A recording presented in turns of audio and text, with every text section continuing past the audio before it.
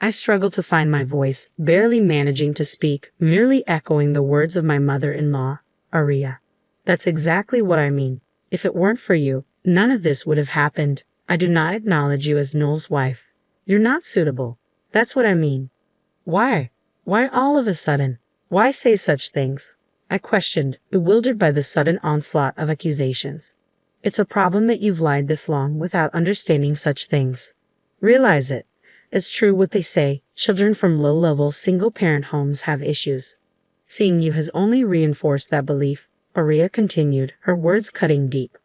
My name is Sierra, a 35-year-old office worker living with my husband and elementary school-aged child. A family of 3. Since the beginning of my marriage, we've lived close to my husband Noel's family home. We maintained a good relationship while keeping a comfortable distance. The turning point in our relationship with father-in-law and Aria came a few years ago when father-in-law passed away after a long illness. Aria's grief at losing him was painfully evident. Considering Noel's commute, we planned to move, but seeing Aria's condition made leaving her alone worrisome. Noel and I discussed it many times. We decided to stay put until Aria's situation stabilized. That's when it started. Slowly but surely, Aria began to overstep our personal space. When father-in-law was alive, she never visited our home unnecessarily. She never came unannounced, not as far as I knew. But now, she suddenly started showing up without any notice. It began as a day or two, but recently she's at our house half the week. If only she gave prior notice, I could bear it. But entertaining Aria when she's so unpleasant is disheartening, especially since she only brings unpleasant conversations. Sierra, you're always home late, aren't you? Are you that busy with work? Are you taking proper care of Noel? Aria's words felt like barbs, each one piercing deeper. What exactly do you mean by proper care? I managed to interject. Just what I said. Are you serving nutritious meals and looking after his health? Aria's gaze pierced through me, demanding an answer. Noel is the pillar of our family, my precious son, I responded, trying to defend myself. Sierra, you're not just serving him frozen meals and hot deli food because you're short on time, are you? Aria's accusatory tone filled the room. I glanced at the freezer, feeling the weight of her judgment. Oh, well, not always, but sometimes yes. Not having time is just an excuse. Stop making excuses, Sierra. Show some responsibility as a homemaker in charge of your family's health. Aria lectured, her words like a relentless barrage. Aria, a longtime middle school teacher, always judged everything by her standards without considering others. Since a minor incident in middle school due to my family background, I've had a poor impression of teachers, including Aria. I couldn't say anything and just listen during her lectures, maybe seeming unreliable. But as Aria's behavior gradually changed, it became harder to bear. Before, she used to come unannounced to lecture or make snide remarks. But lately she started bringing homemade meals, always in such large quantities that our family couldn't finish in one go, mostly Noel's favorites. At first, I thanked her for her efforts. Encouraged by this, Aria began bringing food daily. Sierra, I understand you're busy, but can't you come home earlier? The meals I prepare get cold because I can't get them inside. I want Noel to eat them while they're hot, Aria would say, her tone dripping with expectation. I'm sorry. I do want to come home early, but it's just a busy period at work right now, I'd explain, feeling the weight of guilt on my shoulders. But you say that, yet isn't it just that you're not good at your job? I heard on TV recently that people who are good at their jobs manage to leave on time. On the contrary, those who aren't good stay late and work overtime. It's like they were talking about you, Sierra. Aren't you, in fact, not good at your job? Aria's words stung, each one a sharp reminder of my perceived shortcomings. No, that's not it. I think I do my job well enough. I try to defend myself, but Aria's disapproving gaze made me feel small. I'm only making and bringing these meals because you always serve hot deli food. Don't you understand that if you come home late because of work, it's all for nothing?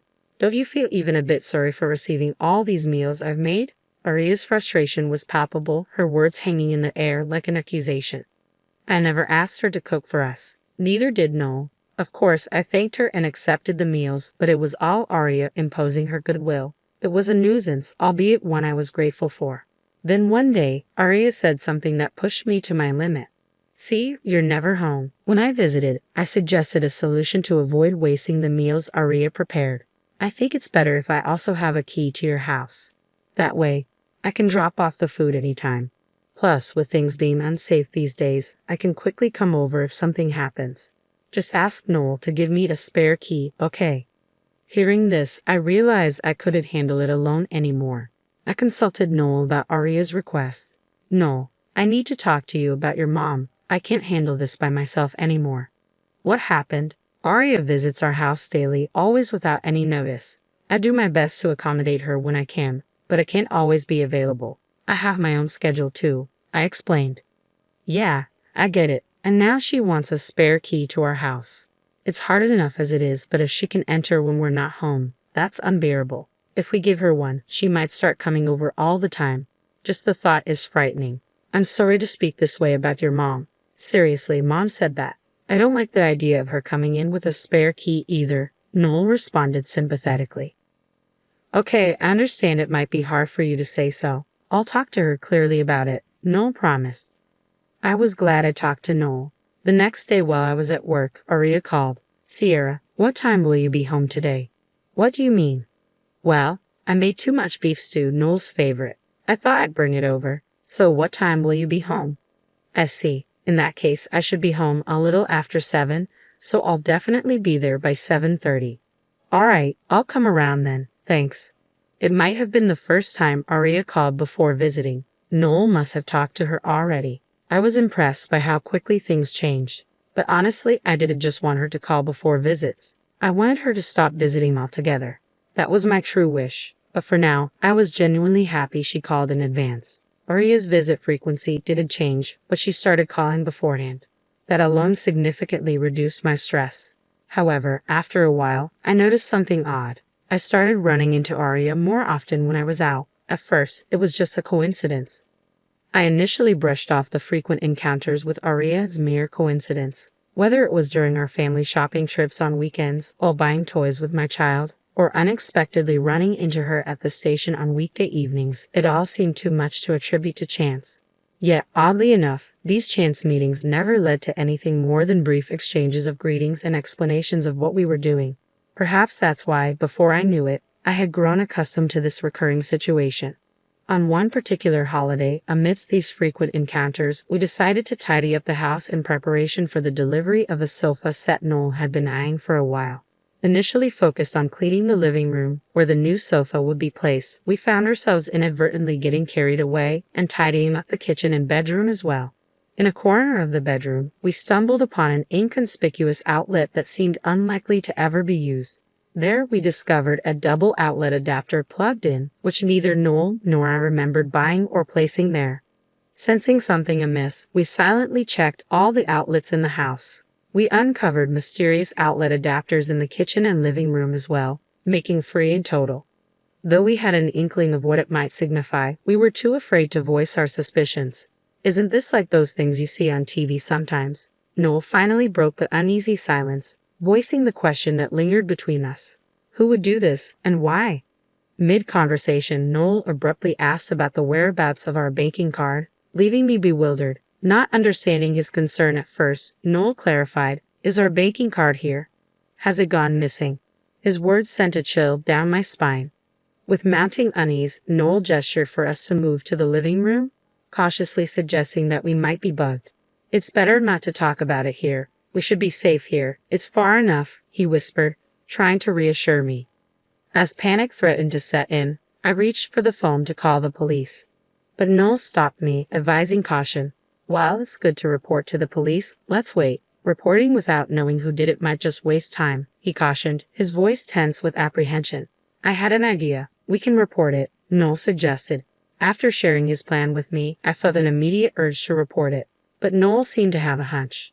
That night, we carefully placed the double outlet back in its original spot, wrapping it in newspaper. With a fan blowing on it continuously, we set up a camera. At 2 a.m., the front door quietly opened, and a figure slipped inside, heading straight for the living room. As the figure entered, it picked up the double outlet, inspecting it closely. We captured every move on camera, and without warning, switched on the living room lights. The figure panicked at the sudden brightness. I was momentarily stunned, yet it also felt expected. It was Aria. "So it was you? We need an explanation, Mom." Noel spoke calmly but with underlying anger. Yet Aria redirected her anger towards me. "Sierra, What is this all about? Even Noel is looking at me like that. What's going on? Don't play dumb. What were you checking by sneaking into our house in the middle of the night? I demanded, struggling to contain my frustration. What does it matter? More importantly, why are you two so angry with me? Arya retorted defensively, failing to grasp the severity of her actions.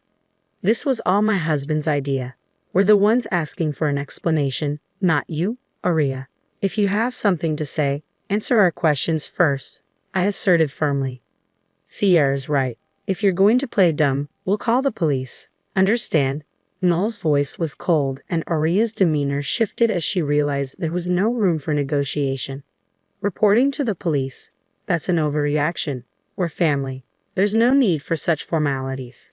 This is all a misunderstanding, so let's not make a big deal out of it, Arya pleaded, attempting to downplay the situation. A misunderstanding, you say? Then you better explain yourself clearly to clear it up. Unless we are not convinced, I challenge, my patience wearing thin. Still claiming it's a misunderstanding. At this point, there must be a good reason for it, right, Mom? Noel's tone was resolute. Well, it's just, loneliness.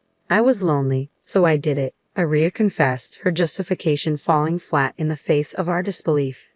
Unaware that Arya had been eavesdropping and monitoring our movements, I had struggled with the invasion of my personal space. Blaming myself for not handling it well, I had pushed myself to the limit. But now, it was clear that Arya's eavesdropping had been the root cause of my discomfort all along. A mix of relief and anger surged within me as I realized it wasn't my fault, but rather Arya's actions that had caused this turmoil. Naturally, my tone and attitude towards her turned harsher. Do you really think that reason is enough for us to be satisfied? What you're doing, Arya, is absolutely inexcusable. Don't you understand that? I confronted her, my frustration palpable. Sierra's right, Mom. We can't accept that reason, and we can't forgive what you've been doing. I hate to say it, but what you're doing is wrong. If things continue like this, we can't have a relationship like before, Noel added firmly. Wait, Noel, I'm your parent. How can you say such terrible things to your own mother? You weren't like this before, were you? Arya's plea was desperate, seeking pity. But Noel remained cold and distant. Who's causing this, Mom? You won't admit your own actions and your reasons are selfish. It's obviously wrong. Enough is enough. We're leaving here. Of course, we won't tell you where we're moving. No. Why? Arya, please stop. You betrayed your own son. Don't you understand how he feels?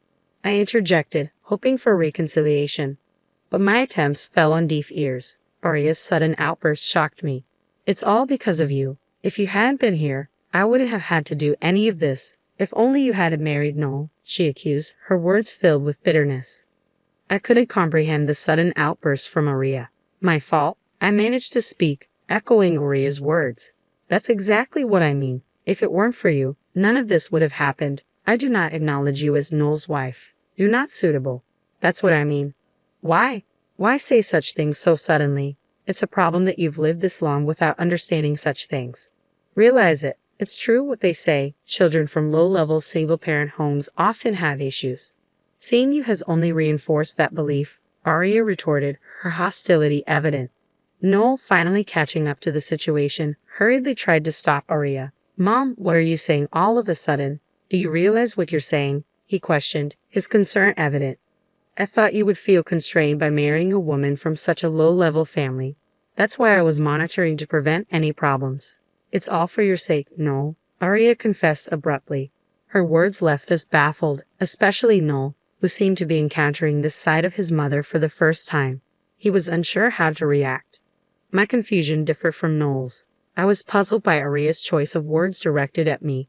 They felt oddly familiar. Eventually, a memory resurfaced, and I decided to confront Arya. Arya, I heard you were a middle school teacher. Is that true? I asked, seemingly diverting from the situation at hand. Her exaggerated reaction to my question sparked a realization within me. If you were a middle school teacher, you must know many other teachers, right? There's a teacher I can't forget. Is she perhaps an acquaintance of yours? I mentioned a name, and Arya's reaction confirmed my suspicions. She became visibly shaken and stuttered in response. Why that name? I prodded further, now certain of the connection. It seemed my former middle school homeroom teacher was a point of contention. I thought so. It's connected. Seeing Aria's reaction, I was certain my suspicions were correct. The name I had mentioned was that of my middle school homeroom teacher. I explained. From your reaction, Aria, it seems you know her. Actually, I was treated terribly by that teacher and got into some trouble. It seems like you've heard about it, haven't you? I continued, unraveling the connection between Aria's actions and my past. The trouble with my former teacher was related to my family background. My parents divorced when I was in elementary school. I was taken in by my mom. I was told by my mom that the divorce was due to a personality clash, not because they hated each other. In fact, even after the divorce, my father and I kept in touch regularly. We even had family dinners together several times. Both my parents worked, but they had different life rhythms. There were many mismatches, so they decided it was better to live separately for both of their sakes, even though they were divorced. I didn't really feel constrained by my upbringing. However, my former homeroom teacher saw it differently. She labeled me as a problem child simply because I came from a single-parent family. Children from low-level single-parent homes are often problematic, she told me directly. No matter how much I tried to explain, she wouldn't listen. To make matters worse, she had a troublesome way of managing the class. She believed in uniting the class by targeting one student as the scapegoat. Unfortunately, I became that target because of my family background. I couldn't accept such reasoning and resisted desperately. However, as a middle schooler, resisting wasn't easy. When I was cornered beyond my capacity, I finally opened up to my parents. They acted quickly upon hearing my story, and there was an immediate discussion with the teacher. The issue was resolved swiftly. The teacher resigned as the class homeroom teacher and left the school unexpectedly the middle of the year. After confiding in my parents, I still vividly remembered the incident. It was a significant event in my life. So when Aria mentioned a former teacher, I reacted strongly. If she was acquainted with such a teacher, I could easily imagine what she had been told about me. But that didn't evoke any sympathy for Aria. I understood too well what she thought of me. Now, it seems, Aria, you didn't hear the whole story from your acquaintance. If you had, you wouldn't have done such a thing. I confronted her. Aria's attitude changed completely, realizing the gravity of the situation. No one could imagine being bugged by someone whose relative is a lawyer. It's obvious how dangerous that would be, I warned her sternly. Aria, overwhelmed by Noel's declaration, could barely respond. His decision to cut ties with her was final. The next day, at Noel's insistence, we reported the eavesdropping to my father and the police. Surprisingly, the former teacher had no knowledge of Aria's actions. However, given that the teacher's remarks had led to the situation, we demanded she never speak of it again. After ensuring all matters were resolved, our family moved, without informing Aria. As a precaution, we blocked Aria's contact information. Despite hearing about Aria's situation, I had no intention of forgiving her. I resolved to act as if Aria never existed, cherishing my family even more without her presence.